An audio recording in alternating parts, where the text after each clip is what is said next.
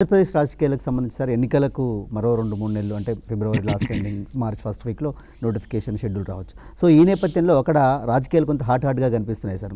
మనం చూస్తాం తెలుగుదేశం పార్టీ ఓవైపు ధర్మ పోరాట దీక్షల పేరుతో ప్రజల్లోకి వెళ్తుంది.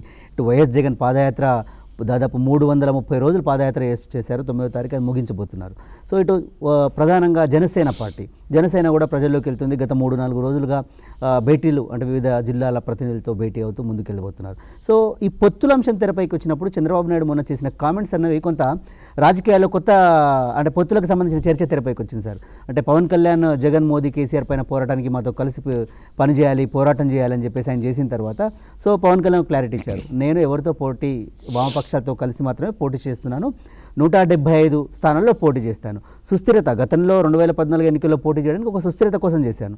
ఒక సమతుల్యత పాటించేందుకే నేను ముందుకు వచ్చానని చెప్పేసి చెప్తూ వెళ్ళడం జరిగింది. సో దీన్ని ఎట్లా చూడాలి సార్? అంటే పవన్ కళ్యాణ్ చాలా కీలకమైన రోల్ ప్లే చేయబోతున్నారు 2019 ఎన్నికల్లో అన్న ఒక చర్చ జరుగుతోంది సార్. 100% కీలకమైన రోల్ ఉంటుంది పవన్ కళ్యాణ్.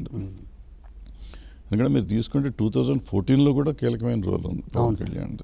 ఎంత పర్సంటేజ్ వచ్చిందని వదిలిపెడితే తెలుగుదేశం గెలవటానికి 100% పవన్ కళ్యాణ్ ఇంటర్ఫియర్ అయినాకే గెలుపు వచ్చింది. అంతకు ముందు వరకు వేవ్ లేదు అసలు సర్వేలు ఇప్పుడు కూడా వేవ్ కాదు. చాలా తక్కువ ఓట్లతో గెలిచిన సీట్లన్నీ మరి ఇటు నుంచి వచ్చిన ఈస్ట్ వెస్ట్ గోదావరి యాక్చువల్గా స్వీప్ అనుకున్నది వీళ్ళు స్వీప్ చేశారు. వైఎస్ఆర్సీపీ స్వీప్ అనుకున్నది వీళ్ళు స్వీప్ చేశారు. సో అది కేవలం డెఫినెట్గా ఇతను తేడా వచ్చింది. అది కూడా మీరు ఎక్కువ ఓట్లతో గెలిచినవి కాదు, 5,000 4,000 5 లక్షలే కదా సార్ మెజారిటీ. సో అవన్నీ వచ్చినాయంటే డెఫినెట్గా ఆయన సో ఇవాళ ఆయన సపరేట్గా పార్టీ పెట్టి ఆయన ఊళ్ళెమ్మడి తిరుగుతూ ఇంతమంది తిరుగుతూ కలుస్తూ ఉంటే డెఫినెట్గా చాలా తేడా వస్తుంది. Okay sir. మనకి ఎంత పర్సంటేజ్ వస్తుంది, ఎన్ని ఓట్లు వస్తాయి, ఎన్ని సీట్లు వస్తాయి అనేది పక్కన పెడితే డెఫినెట్గా ఈ ఎలక్షన్లో పవన్ కళ్యాణ్ అనేది మేజర్ ఫ్యాక్టర్ అవుతుంది. Okay sir. ఓటింగ్ ప్యాటర్న్లో కానీ గెలవబోయే పార్టీలకు కానీ మేజర్ ఫ్యాక్టర్ అవుతుంది. ఓకే.